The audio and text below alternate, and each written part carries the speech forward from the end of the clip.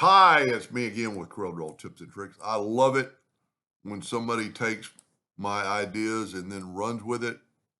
And they were trying to use the bevel tool on this, but they can't get it to work.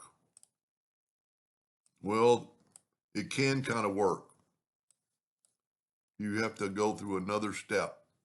So this is a centerable item, so we're going to group it together and hit P. Very important. And let's just go through it like we were doing in number one in the first video. And I'm nudging and I'm not moving. So that way it's still in the center of the page. And then I can control D and let's change it to blue. Alternate C to make it rotate. See the center rotation? But when I rotate it, it's going to rotate from there, the 60 degrees. Now, just like before, I did the interactive interlocking rings, but it doesn't work with a bevel. So let's take this one and go up to effects. I don't ever get to use the bevel tool because I'm a laser engraver and it also kind of changes the color. But then if you take this one and do it, you get that. And oh, you know what? Let's try a different color. Yeah, that looks a little better maybe. Now, if we do the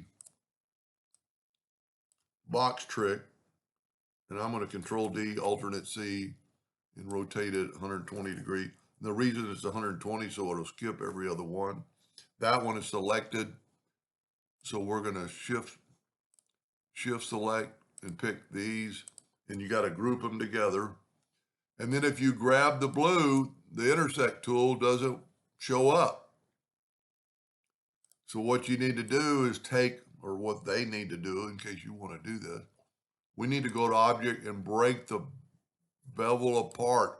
I don't really understand what it's doing, but if we shift select that, look at that. Now there's the bevel. Now, it is not going to work perfectly. I just had to try it.